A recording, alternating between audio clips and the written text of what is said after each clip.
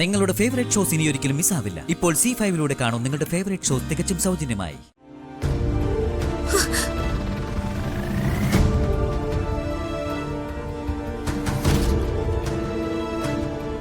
ദൈവമേ കാത്തോണേ, യുദ്ധം ഇപ്പൊ തുടങ്ങും. അമ്മ രജിച്ച് വിവാഹം കഴിഞ്ഞ് പൊക്കഴിഞ്ഞ പിന്നെ ഒരിക്കലും വലിയച്ഛനെ കാണാൻ സാധിക്കില്ല എന്നോർത്ത ചേച്ചി വിഷമിക്കുന്നത്. അതെ ചെറിയമ്മ, അതാ എന്റെ വിഷമം. അതാ വിവാഹം വേണ്ടെന്ന് ഞാൻ ഇതുവരെ പറഞ്ഞുകൊണ്ടിരുന്നത്. അച്ഛനെ ഓർത്ത് മോള് വിഷമിക്കണ്ട. എന്ത് വിശേഷ ദിവസം വന്നാലും ഫംഗ്ഷൻ വന്നാലും മോളുടെ അച്ഛനെ മോളെ കാണിക്കേണ്ട ഉത്തരവാദിത്തം ഈ ചെറിയമ്മയ്ക്കും ചെറിയച്ഛനാ.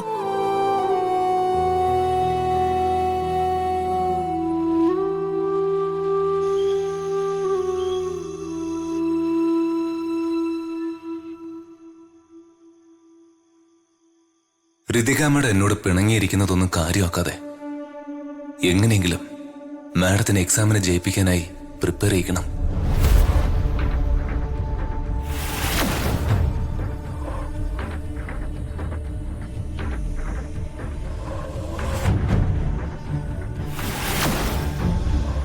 വിവാഹം നടക്കുന്നതുവരെ ഋതിക മാഡം ഒരു പ്രശ്നത്തിലും ചെന്ന് ചാടാതെ നോക്കണം.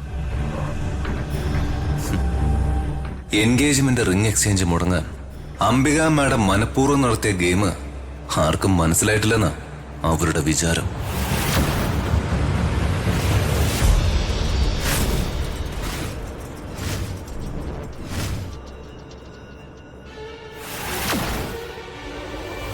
അമ്മയും മകനും കൂടി വിവാഹം മുടക്കാൻ എന്ത് കളിയും കളിക്കും.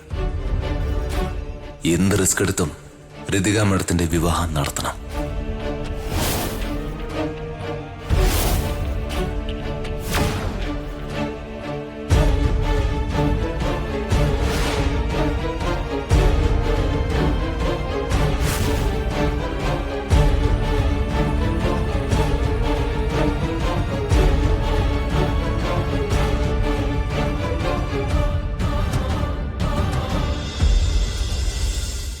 ഞാൻ എടുത്തു മാറ്റിയ എൻഗേജ്മെന്റ് റിങ്സ് അവൻ എടുത്തുകൊണ്ടുവന്നു കഴിഞ്ഞ് അവൻ എന്നെ ഒരു നോട്ടം നോക്കി.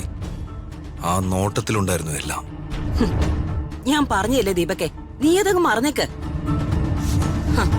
നിനക്കെതിരെ അവന്റെ കയ്യിൽ എന്തെങ്കിലും തെളിവുകൾ ഉണ്ടെങ്കിൽ അവൻ അതുമായി വരട്ടെ, അപ്പൊ നമുക്ക് നോക്കാം. നമ്മുടെ മുന്നിൽ ഇപ്പോ ഉള്ളത് 3 മുഖങ്ങളാ: അശ്വിൻ, ശ്രീകല, പരമേശ്വരൻ.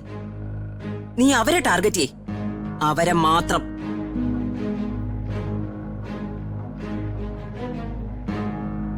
സംഭവിച്ചതിനെ കുറിച്ചോർത്ത് സമയം കളയാതെ സംഭവിക്കാൻ പോകുന്നതൊക്കെ നമ്മൾ ആഗ്രഹിക്കുന്നതാക്കാനായി സ്മാർട്ടായിട്ട് ചിന്തിക്കുന്നീ. ഓരോ ദിവസവും നേരം പുലരുമ്പോ അങ്ങനെ ചിന്തിച്ചുകൊണ്ടാ ഞാൻ ഉണരുന്നത്. അതൊക്കെ എനിക്ക് മനസ്സിലായമ്മേ. പക്ഷേ ആ രാജുവിന്റെ മുഖം എന്റെ മനസ്സിലേക്ക് വന്നാ എനിക്ക് എന്റെ എല്ലാ കൺട്രോളും നഷ്ടാവും. അവനെ കൊല്ലാനുള്ള ദേഷ്യമുണ്ട് എനിക്ക്. നിർത്തടാ, ആരാ അവൻ? പ്രതാപന്റെ ഒരു PA, ഈ വീട്ടിലെ ഒരു ജോലിക്കാരൻ. അവനെ കുറിച്ച് ആലോചിച്ചോണ്ടിരിക്കാതെ ഞാൻ പറഞ്ഞ രീതിക്ക് നീ ചിന്തിക്കേ.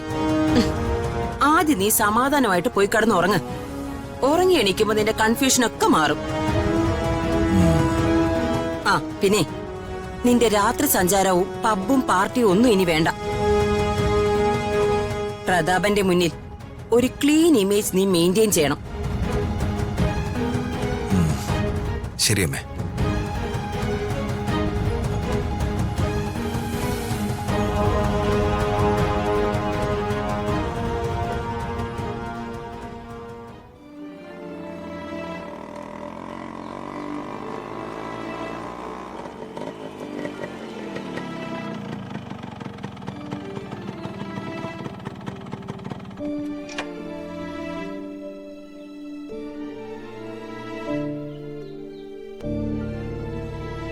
ഇതുവരെ ഞാൻ ഏറ്റവും വെറുത്തിരുന്ന ആൾ ആ ദീപക്കായിരുന്നു.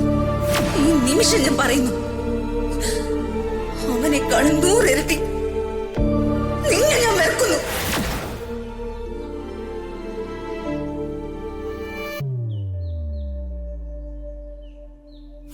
ഇറങ്ങ്, എന്റെ മുറിയിൽ നിന്ന് ഇറങ്ങ്. മാഡം ഇറങ്ങ്. മാഡം ഋതിക മാഡം എന്നോട് ദേഷ്യത്തിലായിരിക്കും. ട്യൂഷൻ എന്റെ കൂടെ വരാൻ കൂട്ടാക്കില്ല. ഈശ്വര, വർമ്മ സാറ് കാരണം തിരക്കിയാൽ ഞാൻ എന്ത് സമാധാനം പറയും? എന്ത് വന്നാലും കുഴപ്പമില്ല, ഋതിക മാഡത്തെ എങ്ങനെയെങ്കിലും ട്യൂഷന് കൂട്ടിക്കൊണ്ട് പോയേ പറ്റൂ.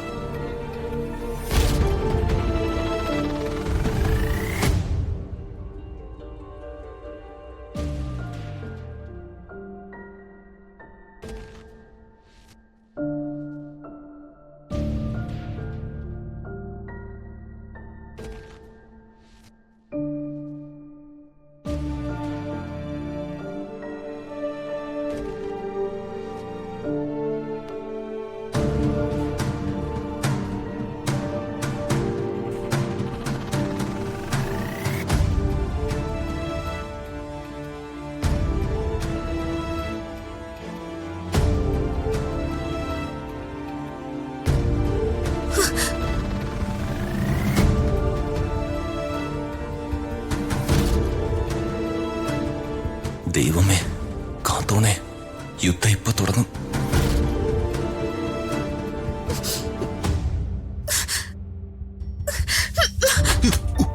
ഋതിക മാഡം പ്ലീസ് എറിയരുത്. മാഡം വേണ്ട.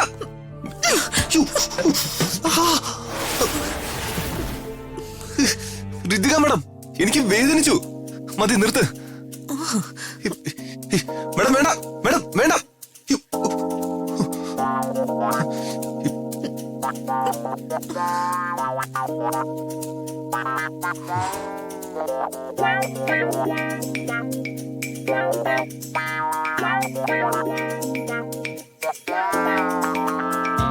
അപ്പോ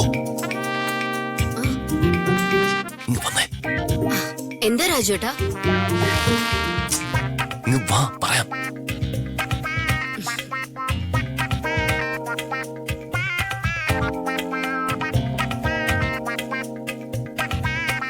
ഇതെന്താ രാജുവേട്ടന്റെ കയ്യില്? ചേച്ചി ദേഷ്യത്തിലാണോ? എന്റെ പൊന്നോ, ദേഷ്യത്തിലാണോന്നോ? യുദ്ധം പ്രഖ്യാപിച്ചിരിക്കുക, വാറ്.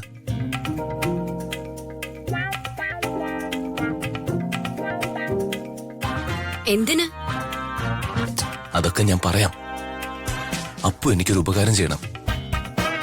ഇനി അപ്പു വിചാരിച്ചാൽ അത് നടക്കൂ. രാജുവേട്ടൻ കാര്യം പറയേ. എന്നെ കൊണ്ട് പറ്റുന്ന കാര്യമാണെങ്കിൽ ഞാൻ നോക്കാം. ഋതികമ്മയുടെ എന്നോട് ദേഷ്യത്തില.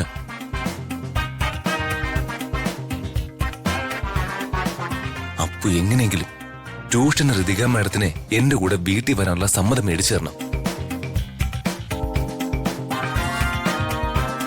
സപ്ലിമെന്ററി എക്സാമിനെ ഇനി ആകെ കുറച്ച് ദിവസം കൂടി ഉള്ളൂ. ഋതിക മാഡത്തെ നമുക്ക് എക്സാമിന് പാസ്സാക്കണ്ടേ? വേണം, ഞാനൊന്ന് ട്രൈ ചെയ്യാം. അതിങ്ങ് തന്നെ. രാജുവേട്ടൻ വാ. ഏയ് ഞാനില്ല, എന്റെ അമ്മോ. ഞാൻ ഇവിടെ നിന്നോളാം. അപ്പു ചെല്ല. ശരി.